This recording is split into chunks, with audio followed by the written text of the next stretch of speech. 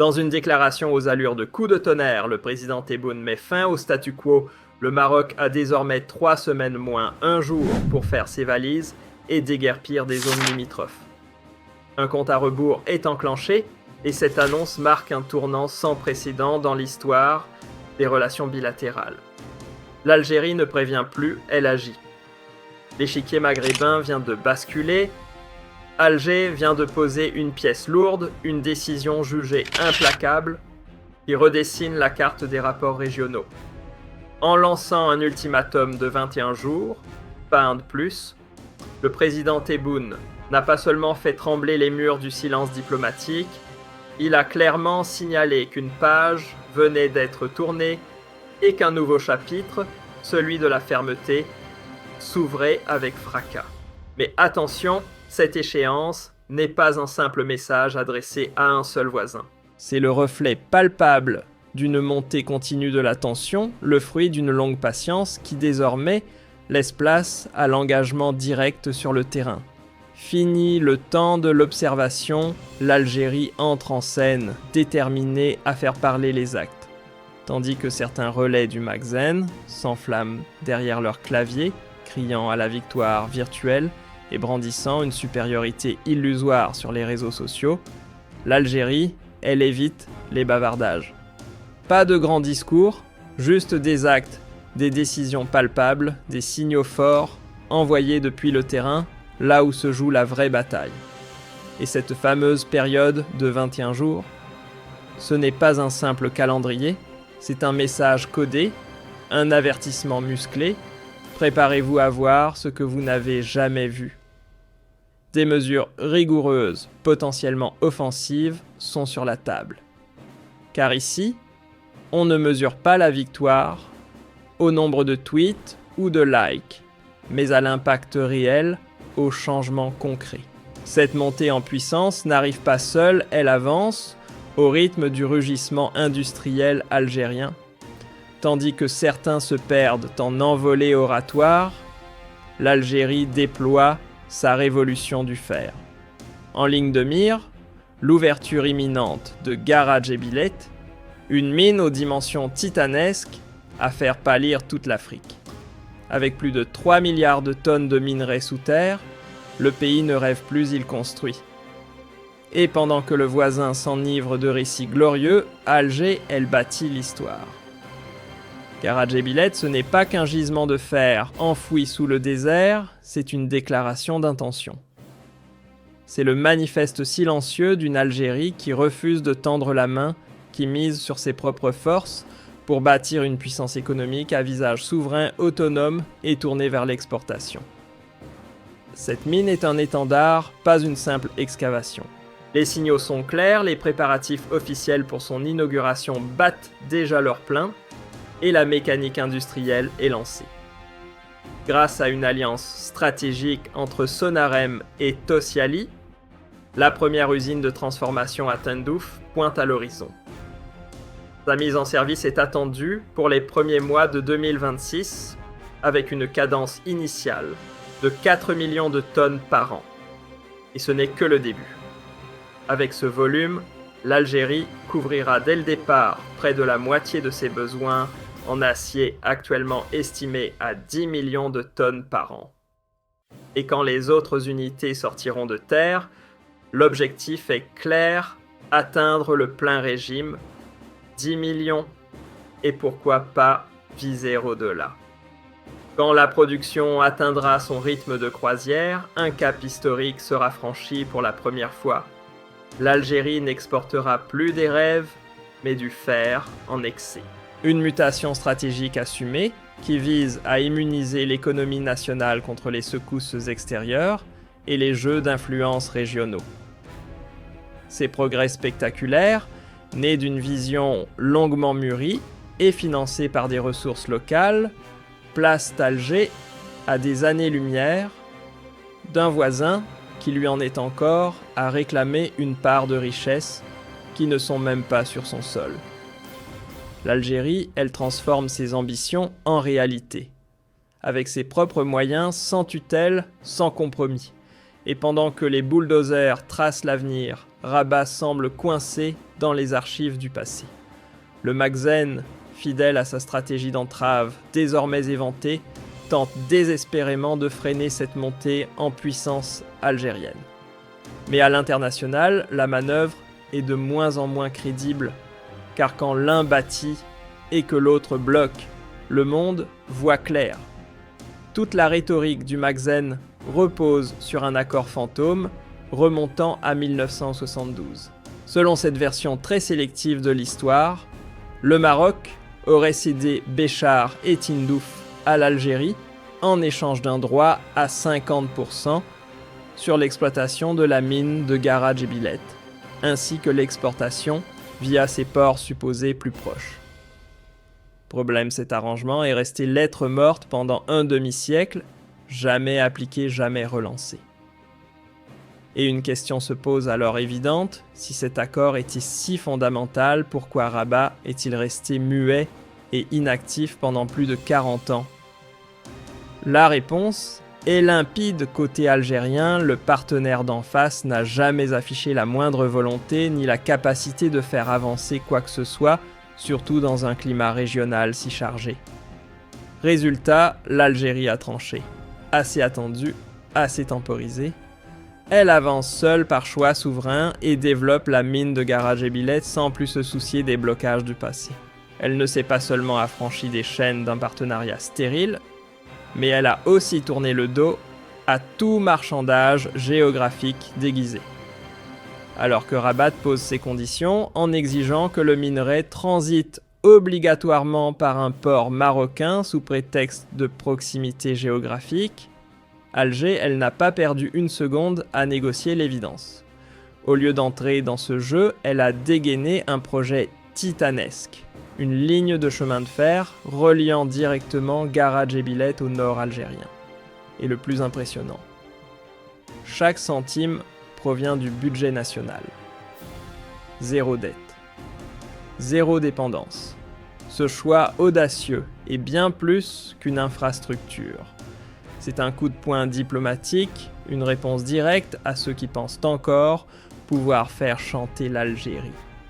Le message est net sec et non négociable. Ici, la souveraineté n'est pas une formule creuse, c'est une ligne rouge gravée dans la roche. Piqué au vif et à court de levier sérieux, le Magzen a tenté une manœuvre, pour le moins hydrique. En construisant le barrage de Gadius, il espérait détourner les eaux descendues de l'Atlas vers Tindouf et Béchar, histoire de faire crever de soif le projet Garage et Billet.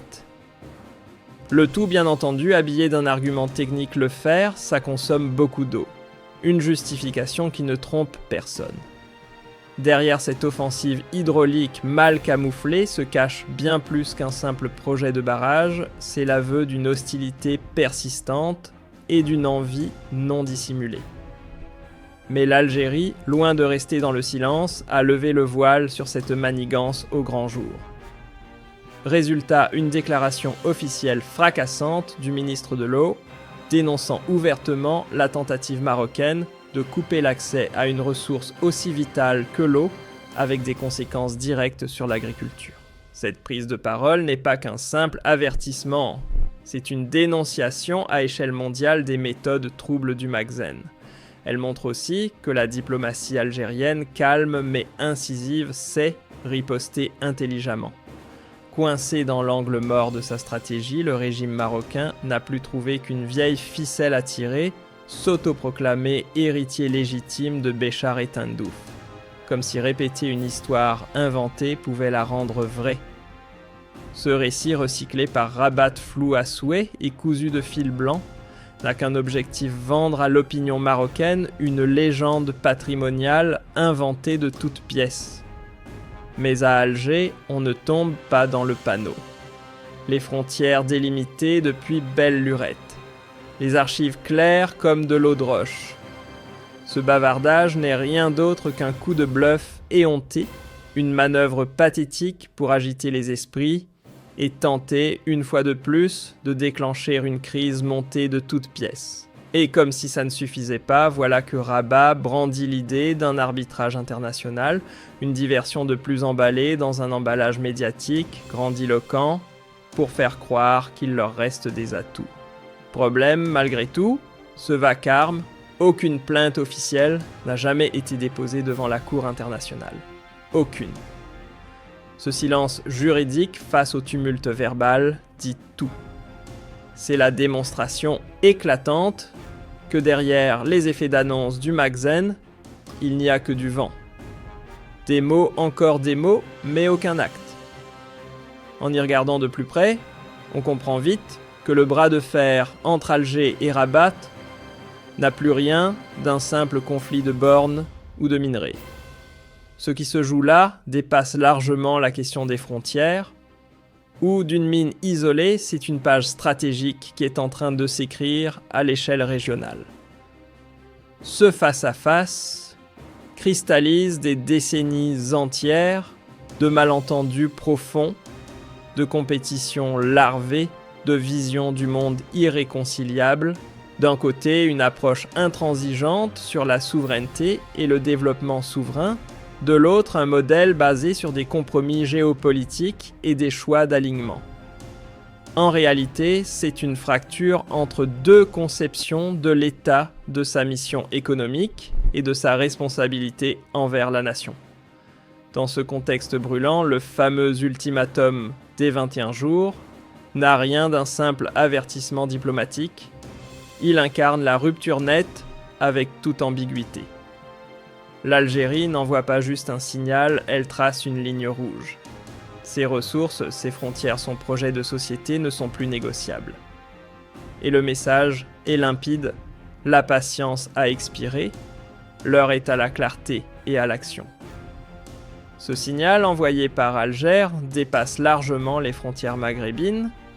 Il s'adresse autant aux oreilles de Rabat qu'aux capitales du monde entier qui scrutent la région avec intérêt. Dans ce décor tendu, la révolution du fer n'a rien d'un simple chantier minier. Elle est l'incarnation d'une ambition nationale en pleine ébullition. Ce n'est pas juste du fer qu'on extrait de Gara Djebile, c'est tout un modèle économique qu'on déconstruit pour en bâtir un nouveau solide productif, affranchi du mirage des rentes pétrolières, et surtout taillé pour résister aux secousses géopolitiques. Cette mine, c'est la preuve que l'Algérie regarde au loin sans béquille ni tutelle. Et c'est précisément ce qui rend l'opération hautement politique. Exploiter Gara Djebilet, ce n'est pas juste faire tourner une économie, c'est affirmer un cap. C'est inscrire l'Algérie dans une logique de développement maîtrisé, durable et souverain, pile au moment où les tensions régionales atteignent leur paroxysme. Un timing qui ne doit rien au hasard. Ce qui saute aux yeux, c'est le fossé abyssal qui sépare les chemins choisis par Alger et Rabat. D'un côté, un royaume qui s'enferme dans des légendes poussiéreuses, récitant des revendications territoriales invérifiables, comme des mantras, et jouant la guerre des mots dans l'arène médiatique.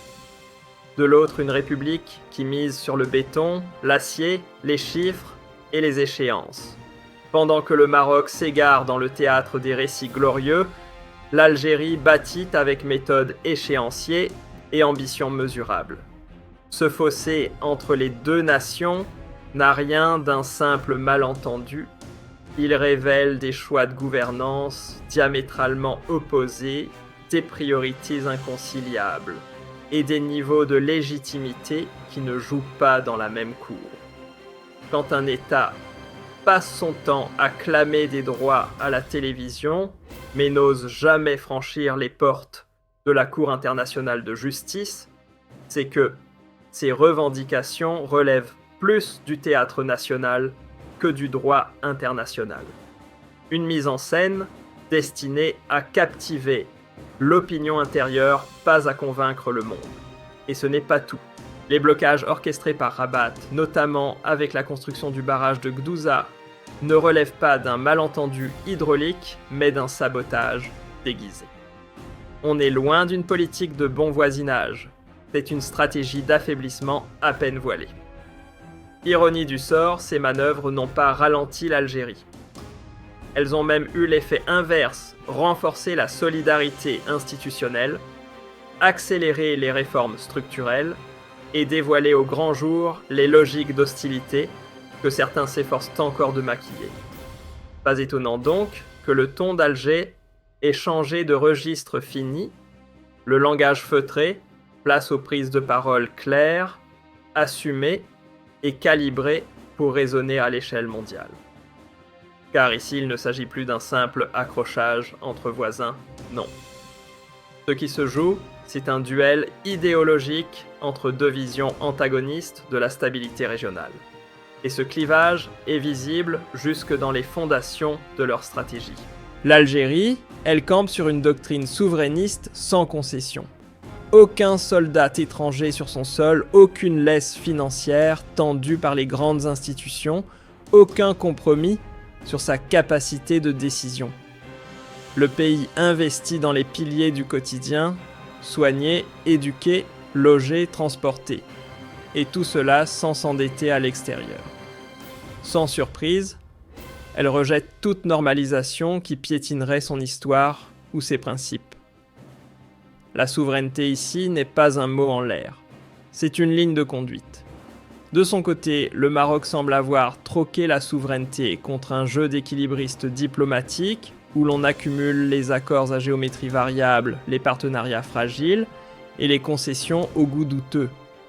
Ce flou stratégique n'est pas sans conséquences, les tensions internes montent, les divisions sociales se creusent et la cohérence nationale s'effiloche à vue d'œil. Dans cette fuite en avant, la riposte du Magzen ressemble moins à une stratégie qu'à un aveu de faiblesse. Entre envolées médiatiques spectaculaires et tentatives malhabiles de semer le trouble chez le voisin, la manœuvre paraît usée jusqu'à la corde. Pendant que Rabat s'agite sur les plateaux télé, Alger trace des lignes de chemin de fer. Loin des discours creux, l'Algérie répond par du concret: investissement massif, projets structurants et des kilomètres d'acier reliant le sud au nord. Une riposte silencieuse mais implacable. Cette ligne ferroviaire, ce n'est pas juste du transport posé sur des rails. C'est la colonne vertébrale d'une vision d'ensemble, la preuve que l'Algérie ne pense plus son territoire comme un patchwork isolé de régions, mais comme un organisme vivant, connecté, cohérent, pensé pour porter une économie en plein essor. Ce tracé de 980 km, c'est aussi un pari sur l'avenir faire de l'Algérie une plaque tournante industrielle et logistique à l'échelle continentale. Et cette ambition dépasse de loin le simple face-à-face avec Rabat. On parle ici d'un repositionnement stratégique à l'échelle africaine et mondiale. En exploitant Garage et Bilette sans dépendance extérieure, l'Algérie s'ancre dans les chaînes de valeur sidérurgiques du continent, renforce ses ponts économiques avec le Sahel et l'Afrique de l'Ouest, et se place, calmement mais fermement, sur le radar des grands producteurs mondiaux de fer. Ce n'est plus un pays qui suit, c'est un pays qui trace sa propre voie. Aujourd'hui, l'Algérie n'est plus ce géant discret qu'on regardait d'un œil distant. Elle s'impose comme une alternative crédible, un modèle à contre-courant développement fondé sur la souveraineté des ressources, diversification économique maîtrisée et diplomatie alignée sur son ADN historique. Et forcément, cette transformation inquiète. Certains voisins, trop habitués à voir l'Algérie prudente effacée ou absorbée par ses propres priorités, commencent à s'agiter. Un voisin fort stable et indépendant. Ça dérange. C'est dans ce contexte que l'ultimatum des 21 jours prend tout son sens. Ce n'est pas un simple coup de pression militaire ni un geste diplomatique symbolique. C'est un basculement stratégique. Un message clair finit les hésitations terminées, les attentes interminables, dictées par ceux qui avancent masqués. L'Algérie tourne une page. Elle ne joue plus sur la défensive, elle fixe ses règles et les impose. Ce que révèle cet ultimatum, au fond, c'est qu'un seuil a été franchi. L'Algérie d'aujourd'hui n'hésite plus à défendre ses intérêts, avec une fermeté nouvelle portée par une économie en pleine mutation, un appareil militaire solidement restructuré et une vision d'avenir limpide. Cette prise de position n'est pas un réflexe de crispation, c'est l'expression d'une confiance restaurée, d'une stabilité retrouvée et d'une ambition régionale pleinement assumée. Et ce virage n'est pas sorti de nulle part. Il est le fruit de profonds changements internes.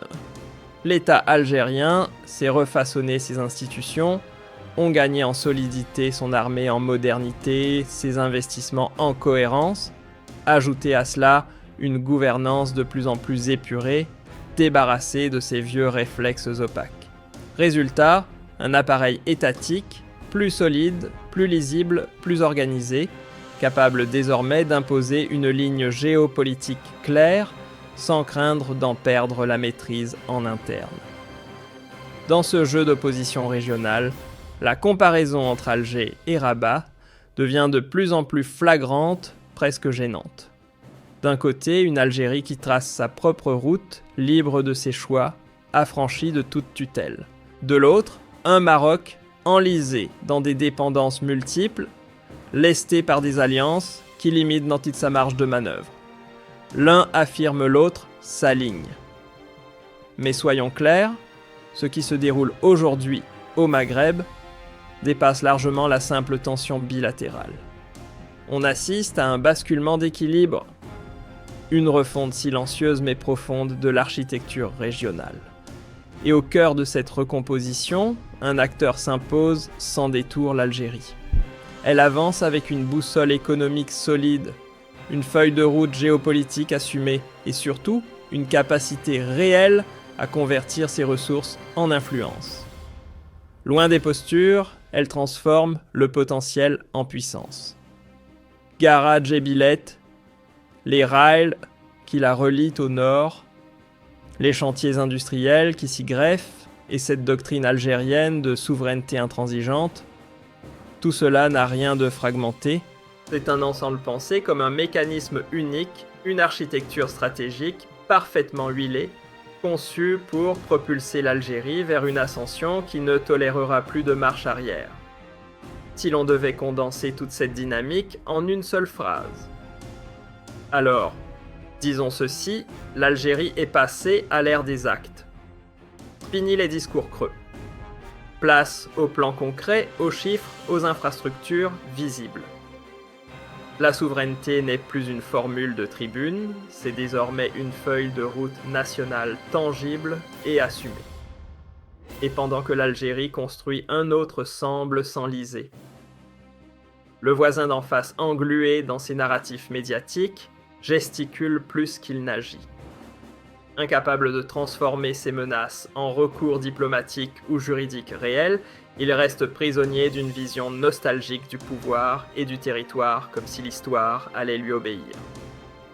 Ce fameux ultimatum de 21 jours. Ce n'est pas juste un avertissement diplomatique, c'est le coup d'envoi d'une nouvelle ère. Celle d'une Algérie transformée, sûre de ses choix résolus à protéger ses lignes rouges, à faire fructifier ses ressources et à asseoir son autonomie sans détour. Une Algérie qui ne se contente plus d'exister dans le paysage régional, mais qui entend désormais y peser lourdement. Et la suite s'annonce décisive. Pour le Maghreb, bien sûr. Mais aussi pour la place qu'occupera l'Algérie sur l'échiquier mondial.